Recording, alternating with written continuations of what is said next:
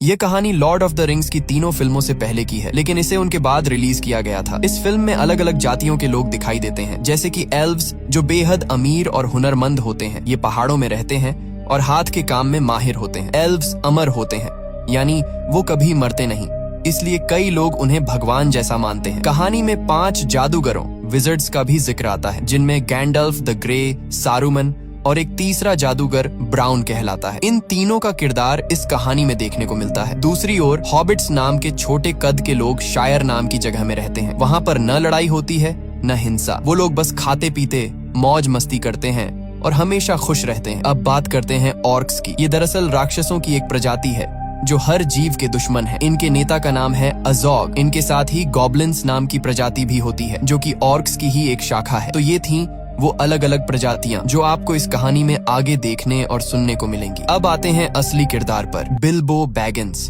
जो फ्रोडो का चाचा है। इस कहानी में बताया गया है कि बिल्बो की जिंदगी कैसी थी। कहानी की शुरुआत में उसे 11 साल का दिखाया गया है, जब वो अपनी जिंदगी की सारी बातें एक किताब में लिख रहा होता है ताकि उसका भतीजा फ्रोडो उसे पढ़ सके। इसके बाद कहानी 60 साल पीछे चली जाती है, उस वक्त की जब ड्वार्फ्स यानी बौने लोग पहाड़ों के अंदर अपने खूबसूरत शहरों में रहा करते थे। उनकी दुनिया इतनी शानदार थी कि देखने वालों को स्वर्ग जैसी लगती थी। और उन बौनों के राजा का नाम था थॉरिन ओकेनशील्ड। थोरिन का राजवंश पूरी तरह सुरक्षित था, क्योंकि उसके बेटे और पोते दोनों जीवित थे। उस समय बौने लोग ड्वार्व्स दुनिया के सबसे अमीर प्रजाति माने जाते थे, क्योंकि उनके पहाड़ों के अंदर सोने की नदियां बहती थीं। उन्हें वहां हीरे, जवाहरात और कीमती पत्थर मिलते थे और वे इन्हें तराशने में बेहद कुशल कारीगर थे। एक दिन एक बौने को पहाड़ की गहराइयों में एक विशाल हीरा मिला। इस हीरे को हार्ट ऑफ द माउंटेन कहा गया। राजा थ्रोर ने इसे अपनी शाही ताकत और हक का प्रतीक बना दिया और इसका नाम रखा द किंग्स जूवल। कई सालों तक इस राज्य में सब कुछ शांति और समृद्धि से चलता रहा, लेकिन एक दिन उत्तर दिशा से एक भयानक ड्रैगन आ पहुंचा, जिसका नाम था स्माउग। यह ड्रैगन अपने मुंह से आग उगलता था और बेहद क्रूर व लालची था। उसने अपने रास्ते में आने वाले सभी शहरों को जला डाला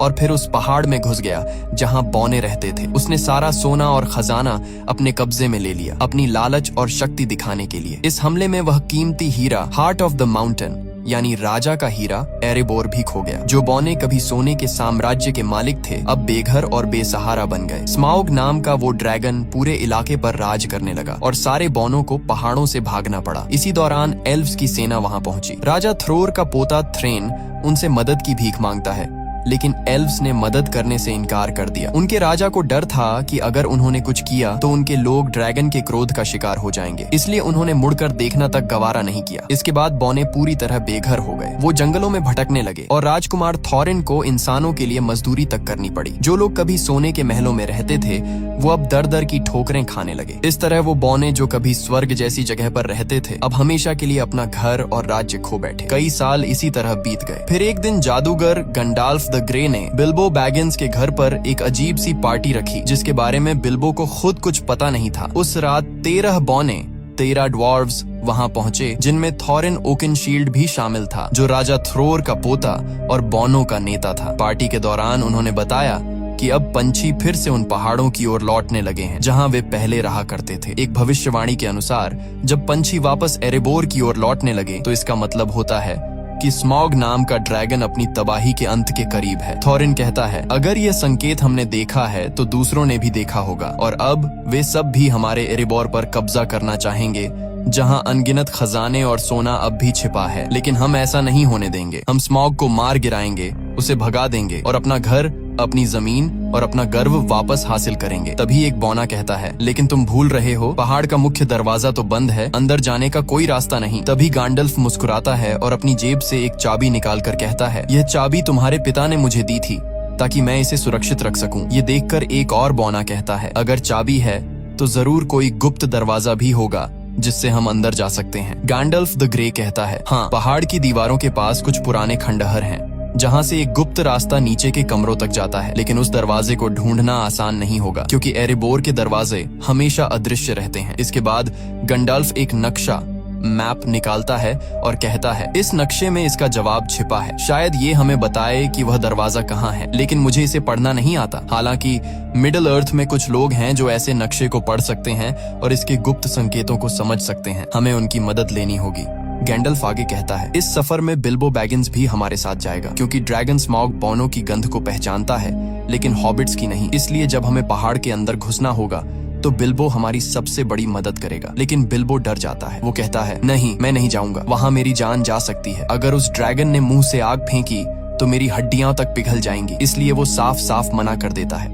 मगर अगले दिन जब सभी बौने और गैंडल्फ रवाना हो जाते हैं तो बिल्बो को अचानक कुछ महसूस होता है। वो भागता हुआ उनके पीछे जाता है और उनके दिए हुए सहमति पत्र कॉन्ट्रैक्ट पर दस्तखत कर देता है। अब बिल्बो भी उन 13 बौनों की टोली का हिस्सा बन जाता है और सब मिलकर उस जगह की ओर निकल पड़ते हैं जहां ड्रैगन स्मॉग रहता है, यानी एरिबोर की दिशा में। पूरा दिन सफर करने के बाद रात को जब वो एक जगह आराम करने रुकते हैं तो उन्हें एहसास होता है कि चारों तरफ ऑर्क्स राक्षस घूम रहे हैं। तभी एक बुजुर्ग बौना अपनी पुरानी यादें सुनाने लगता है। वो कहता है, जब स्मॉग ने हमारे पहाड़ों पर कब्जा कर लिया था तब हमारे राजा ने अपनी पुरानी नगरी वापस लेने की कोशिश की थी, लेकिन उससे पहले ऑर्क्स की सेना आ पहुंची। उनका नेता बेहद भयानक और शक्तिशाली था। उसका नाम था अज़ोग। राजा थ्रॉर यानी थॉरिन के दादा ने उससे सीधे लड़ाई की, लेकिन अज़ोग ने उनका सिर काट दिया। इस सदमे से थॉरिन के पिता थ्रेन पागल हो गए और फिर कभी नहीं मिले। लेकिन थॉरिन ने हार नहीं मानी। उसने अज़ोग का मुकाबला बिना हथियार के किया और लंबी लड़ाई के बाद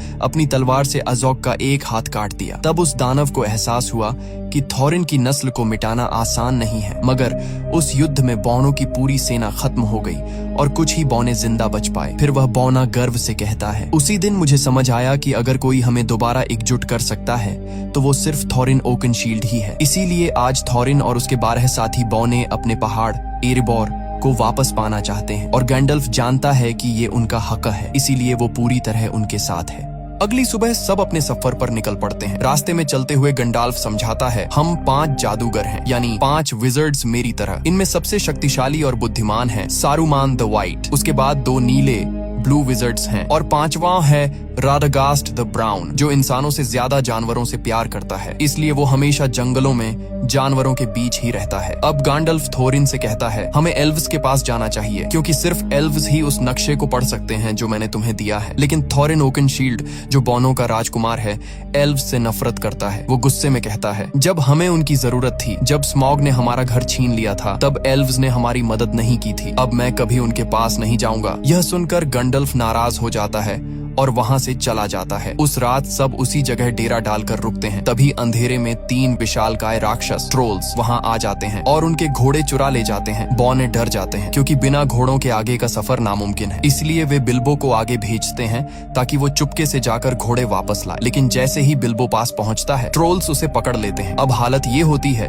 कि सभी बौनों को पकड़ लिया जाता है और ट्रोल्स उन्हें आग पर भून कर खाने की तैयारी करने लगते हैं। तभी उनमें से एक ट्रोल कहता है, जल्दी करो, सूरज निकलने वाला है। अगर सूरज की रोशनी हम पर पड़ी तो हम सब पत्थर बन जाएंगे। इसी बीच बिल्बो अपनी चालाकी दिखाता है। वो तीनों ट्रोल्स से बातों में उलझाने लगता है, उन्हें आपस में झगड़वाने लगता है ताकि वक्त निकल जाए। और जैसे ही सुबह की पहली किरणें निकलती हैं, उसी वक्त गैंडल्फ ऊंची चट्टान पर खड़ा होता है। वो अपनी जादुई छड़ी से उस चट्टान पर वार करता है और चट्टान टूटकर 2 हिस्सों में बंट जाती है। उसके पीछे से निकलती हुई सूरज की तेज किरणें सीधी ट्रोल्स पर पड़ती हैं और देखते ही देखते तीनों ट्रोल्स पत्थर बन जाते हैं। इस तरह बिल्बो की समझदारी और गैंडल्फ के जादू से सारे बौने बच जाते हैं और उनका सफर फिर से जारी होता है। आगे बढ़ते हुए गैंडल्फ का 5वां साथी उनके पास पहुंचता है, जिसका नाम है राडागास्ट द ब्राउन। वो भी एक जादूगर है, लेकिन बाकी सभी से बिल्कुल अलग। उसके कपड़े मिट्टी से सने होते हैं और उसके आसपास हमेशा जानवर और पक्षी घूमते रहते हैं। वो गैंडल्फ से घबराई हुई आवाज में कहता है, ग्रीनवुड बीमार हो गया है। ग्रीनवुड उस बड़े जंगल का नाम है। वो बताता है कि वहाँ अब पेड़ पौधे उगना बंद हो गए हैं और जंगल में अब भयानक मकड़ियां बस गई हैं। वो कहता है, ये सारी मकड़ियां डोल गुलदूर नाम की जगह से आई हैं। डोल गुलदूर दरअसल ग्रीनवुड के अंदर एक पुराना किला है जो कभी सौरॉन की शरण स्थली हुआ करता था। गैंडल्फ हैरान होकर कहता है, लेकिन वो तो अब वीरान पड़ा है। इस पर राडागास्ट जवाब देता है, नहीं गैंडल्फ, वो वीरान नहीं है, मैं खुद वहाँ गया था। उसकी आंखों में डर झलकता है। वहाँ एक काली परछाई है, एक प्राचीन राक्षस की आत्मा जो अंधेरे की दुनिया से आत्माओं को बुला सकती है। उसने मुझ पर हमला किया, लेकिन मैंने किसी तरह खुद को बचा लिया और तभी मैंने अंधेरे में उस छाया को देखा। वो सौरॉन की थी। इतना कहकर राडागास्ट एक अजीब सी तलवार निकालता है और गांडल्फ को दिखाता है। वो कहता है, ये तलवार किसी इंसान की बनाई हुई नहीं है, ये जीवित दुनिया की नहीं, कुछ और है। गांडल्फ उस तलवार को देखते ही समझ जाता है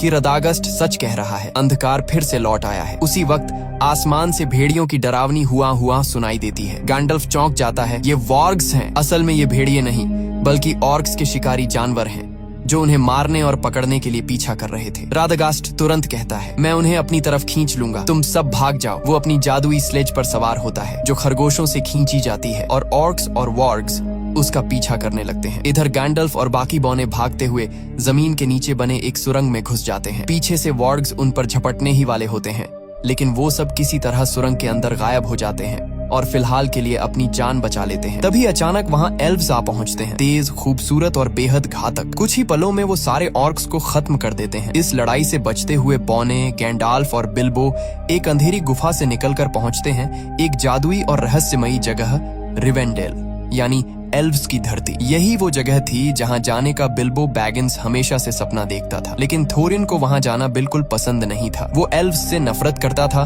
क्योंकि जब उसके कबीले को उनकी सबसे ज्यादा जरूरत थी तब एल्व्स ने मदद करने से इनकार कर दिया था। फिर भी गैंडाल्फ की मनाने पर थोरिन और बाकी बौने वहां जाने के लिए तैयार हो जाते हैं। एल्व्स उनका स्वागत करते हैं और उसी वक्त गैंडाल्फ थोरिन से कहता है कि वो नक्शा उसे दे दे ताकि वो इसे एलरॉन्ड यानी एल्व्स के राजा को दिखा सके। थोरिन पहले तो हिचकिचाता है, लेकिन आखिरकार मान जाता है। जब एलरॉन्ड नक्शे को ध्यान से देखता है तो उसे उसमें एक गुप्त संदेश दिखाई देता है। वो बताता है कि ड्यूरिन डे पर तुम्हें ग्रे स्टोन के पास खड़ा होना होगा और वहीं से तुम्हें वो गुप्त दरवाजा दिखाई देगा जो केवल एक खास चाबी से ही खुलेगा। वो आगे समझाता है कि ड्यूरिन डे वो दिन होता है जब पतझड़ का आखिरी चांद और सर्दी का पहला सूरज एक साथ दिखाई देते हैं और वो दिन बहुत जल्द आने वाला है। लेकिन एलरॉन्ड उन्हें चेतावनी देता है, तुम ही अकेले नहीं हो जो उस जगह पर नजर रखे हुए हो, बहुत से लोग वहां पहुंचने की कोशिश कर रहे हैं। और तभी वहां प्रकट होता है एक और शक्तिशाली जादूगर, सारूमन द व्हाइट, जो ताकत में गैंडाल्फ के बराबर है। सारूमन गैंडाल्फ से कहता है, हमें उन पहाड़ी रास्तों पर नहीं जाना चाहिए जहां ड्रैगन स्मॉग सो रहा है, क्योंकि वो पिछले 60 सालों से गहरी नींद में है। अगर वो जाग गया तो ये पूरी दुनिया राख में बदल जाएगी। लेकिन तभी यूनिकॉर्न्स कहते हैं, अगर स्मॉग जाग गया और उसने दुश्मनों के साथ हाथ मिला लिया तो तबाही ऐसी होगी जिसकी इंसान कल्पना भी नहीं कर सकता। वे गैंडाल्फ को सब कुछ बताते हैं जो रैडगास्ट यानी 5वां और भूरा जादूगर पहले ही बता चुका था, लेकिन सारूमन उनकी बातों पर यकीन करने से इनकार कर देता है। तभी एलरॉन्ड एल्व्स का राजा गंभीर आवाज में कहता है, 400 साल पहले जब अंधकार ने इस धरती को निगला था तब हर चीज खत्म हो गई थी। अब बड़ी मुश्किल से हमने फिर से शांति पाई है और मैं नहीं चाहता कि वो विनाश दोबारा लौट आए। इसलिए एल्व्स और सारूमन दोनों ही थोरिन के मिशन में साथ जाने से इनकार कर देते हैं। मगर थोरिन को किसी की मदद की जरूरत नहीं थी, वो पहले से ही एल्व्स से नाराज था, इसलिए बिना कुछ कहे, बिना अलविदा बोले वो वहां से निकल जाता है। कुछ समय बाद थोरिन और उसके साथी पहुंचते हैं धुंध से ढकी पहाड़ियों में, जिन्हें मिस्टी माउंटेन्स कहा जाता है। कहते हैं यहाँ विशाल पत्थरों के जोड़े रहते हैं जो जिंदा हैं और एक दूसरे से लड़ते रहते हैं। शुरुआत में किसी को यकीन नहीं होता, लेकिन अचानक पूरी घाटी हिलने लगती है, आसमान गूंज उठता है और सामने दिखते हैं वो विशाल पत्थर जो सचमुच एक दूसरे पर हमला कर रहे थे। उनकी टक्कर से पूरी धरती कांप उठती है और थोरिन का दल अपनी जान बचाने के लिए भागने लगता है। कोई और रास्ता न देखकर वे पहाड़ों की गुफाओं में छिप जाते हैं, लेकिन जैसे ही वे अंदर जाते हैं उन पर हमला कर देते हैं गॉब्लिन्स, डरावने, कुरूप और खून के प्यासे जीव। वे सारे बौनों को पकड़ लेते हैं और गहराई में ले जाते हैं। उधर दूसरी तरफ दिखाया जाता है कि ऑर्क्स और उनके निर्दयी नेता एजॉग, जो कभी थोरिन के हाथों अपनी बाह गंवा चुका था, अब गुस्से से पागल हो चुका है। वो दहाड़ते हुए अपने सैनिकों को आदेश देता है, थोरिन को ढूंढो और उसका सर मेरे सामने लाओ। थोरिन सोचता है कि एजॉग मर चुका है, लेकिन हकीकत में वो जिंदा है और अब उसकी आंखों में सिर्फ एक ही जुनून जल रहा है, थोरिन और उसके पूरे कबीले का सफाया करने का।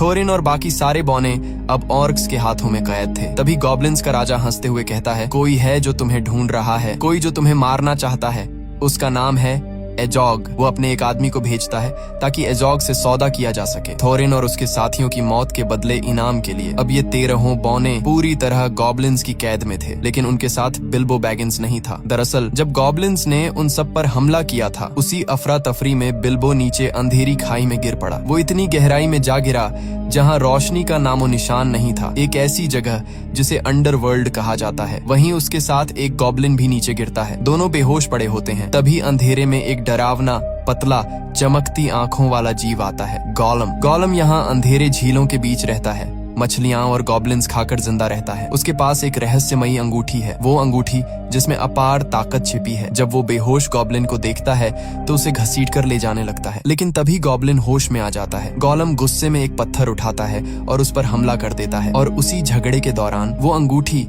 उसकी सबसे कीमती चीज, उसके जेब से गिर जाती है। दूर कोने में छिपा बिल्बो ये सब देख रहा होता है। वो धीरे से आगे बढ़ता है और वो अंगूठी उठाकर अपनी जेब में रख लेता है। उसे पता नहीं था कि उसने अभी अभी पूरी दुनिया की किस्मत अपने हाथों में ले ली है, लेकिन अब बिल्बो के सामने नई मुसीबत थी। इस अंधेरी जगह से निकलने का रास्ता उसे मालूम नहीं था। तभी सामने से वही डरावना गोलम आता है। उसकी आंखों में खून उतर आया था। वो बिल्बो को देखकर गुर्राता है और कहता है, माय प्रेशियस, तू यहाँ क्या कर रहा है? वो बिल्बो को मार डालना चाहता है, लेकिन बिल्बो हिम्मत दिखाता है और कहता है, ठहरो, चलो एक खेल खेलते हैं। अगर मैं तुम्हारे सारे पहेलियों के सही जवाब दे दूं और तुम मेरी पहेली न सुलझा सको तो तुम मुझे बाहर का रास्ता दिखाओगे।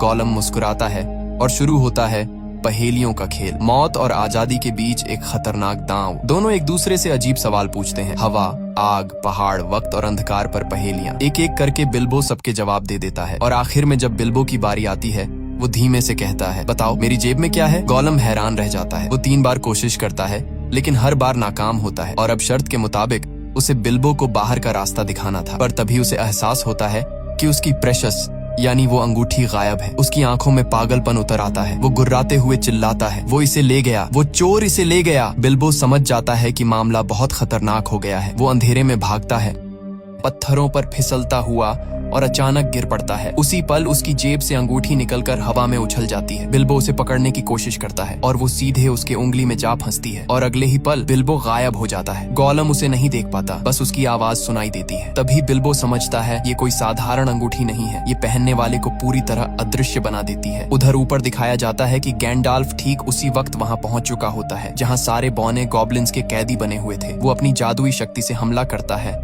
और शुरू हो जाती है एक भयंकर लड़ाई। गॉब्लिन्स का राजा, एक विशालकाय भयानक जीव, गर्जना करता है, लेकिन गैंडाल्फ अपनी तलवार से उसका सिर काट देता है। धुएं और आग के बीच सारे बौने आजाद होकर भागते हैं और आखिरकार पहाड़ों के रास्तों से बाहर निकल आते हैं। वहीं दूसरी तरफ बिल्बो धीरे धीरे अंधेरे से बाहर निकलता है, लेकिन गोलम उसके रास्ते में आ जाता है। उसकी आंखों में पागलपन और नफरत झलक रही होती है। बिल्बो चुपचाप तलवार निकालता है। वो गोलम को मार सकता था, पर उसी पल वो रुक जाता है। उसे उस जीव पर दया आ जाती है जो अपनी लालच और तन्हाई में खुद ही कैद हो गया था। बिल्बो उसे मारे बिना उसके ऊपर से छलांग लगाता है और भाग निकलता है। गोलम उसकी चीखती आवाज के साथ गुफा में गूंज उठता है, वो चोर, उसने मेरी प्रेशियस चुरा ली। और उसी पल से गोलम के दिल में जल उठती है बिल्बो के लिए नफरत की आग। बाहर निकलने पर बिल्बो की मुलाकात थोरिन और बाकी बौनों से होती है। सब उसे देखकर हैरान रह जाते हैं, वो कैसे बच निकला। लेकिन उनकी राहत ज्यादा देर नहीं टिकती, क्योंकि तभी अचानक आसमान से आवाजें आने लगती हैं। एजोग और उसकी ऑर्क्स की फौज वहां पहुंच चुकी होती है। वो विशालकाय भेड़ियों, वॉर्ग्स पर सवार होकर हमला करते हैं। बौने अपनी जान बचाने के लिए भागते हैं और एक ऊंची चट्टान तक पहुंच जाते हैं। आगे रास्ता खत्म, पीछे मौत। गैंडाल्फ तुरंत सबको आदेश देता है, पेड़ों पर चढ़ो। सब तेजी से ऊपर चढ़ते हैं, लेकिन वॉर्ग्स नीचे से छलांग लगाकर पेड़ों को हिलाने लगते हैं। हवा में डर और चीखें भर जाती हैं। गैंडाल्फ अपनी छड़ी उठाता है और एक शक्तिशाली मंत्र बोलता है, नार फायर। अचानक आग भड़क उठती है और वो जलते हुए पाइन कोन नीचे फेंकता है। आग की लपटें भेड़ियों को घेर लेती हैं। कई ऑर्क्स जलकर गिर पड़ते हैं। आसमान में धुआं उठ रहा था।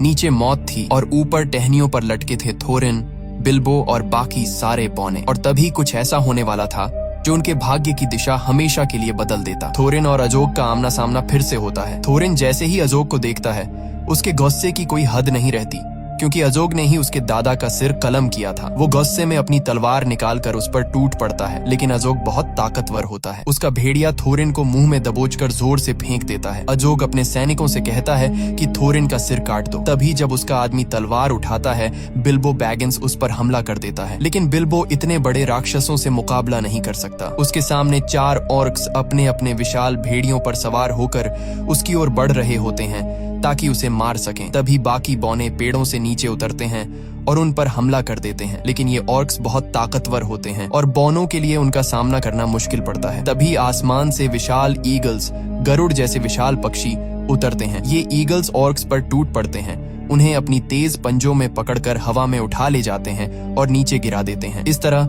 बिल्बो बैगिंस, थोरिन और बाकी सभी की जान बच जाती है। इन ईगल्स को यहाँ भेजा था गैलाड्रियल ने, जो एक एल्फ होती है और गैंडाल्फ पर पूरी तरह भरोसा करती है। उसे पूरा यकीन होता है कि गैंडाल्फ जो कह रहा है वो सच है और बिल्कुल सही है, इसलिए उसने मदद भेजी थी। ईगल्स सबको उठाकर दूर सुरक्षित जगह ले जाते हैं, जबकि नीचे अजोग और उसके बाकी सैनिक गुस्से में उन्हें जाता हुआ देखते रह जाते हैं। ईगल्स सबको एक सुरक्षित जगह पर उतार देते हैं। वहां थोरिन बिल्बो बैगिंस के पास आता है और कहता है, मैं हमेशा तुम्हारे खिलाफ था। मैं नहीं चाहता था कि तुम हमारे साथ आओ क्योंकि मुझे तुम पर भरोसा नहीं था, लेकिन अपनी जिंदगी में मैं कभी इतना गलत नहीं हुआ। इतना कहकर थोरिन बिल्बो बैगिंस को गले लगा लेता है। हालांकि बिल्बो बैगिंस के पास अब वह जादुई अंगूठी होती है, लेकिन वो इसके बारे में किसी को कुछ नहीं बताता। अब सबकी नजरें उस पहाड़ पर होती हैं, वही पहाड़ जो कभी बोनो का घर था, जहां वे शांति से रहते थे। लेकिन अब उसी पहाड़ के भीतर सो रहा है भयानक ड्रैगन स्मॉग, जिसने कभी इनसे उनका घर छीन लिया था। फिर कैमरा उस पहाड़ के अंदर दिखाता है, जहां स्मॉग, जो पिछले 60 सालों से गहरी नींद में था, अब अपनी आंखें खोल देता है और यहीं पर कहानी खत्म होती है। ये फिल्म 2012 में रिलीज हुई थी, जिसे IMDb पर 7.8/10 की रेटिंग मिली है।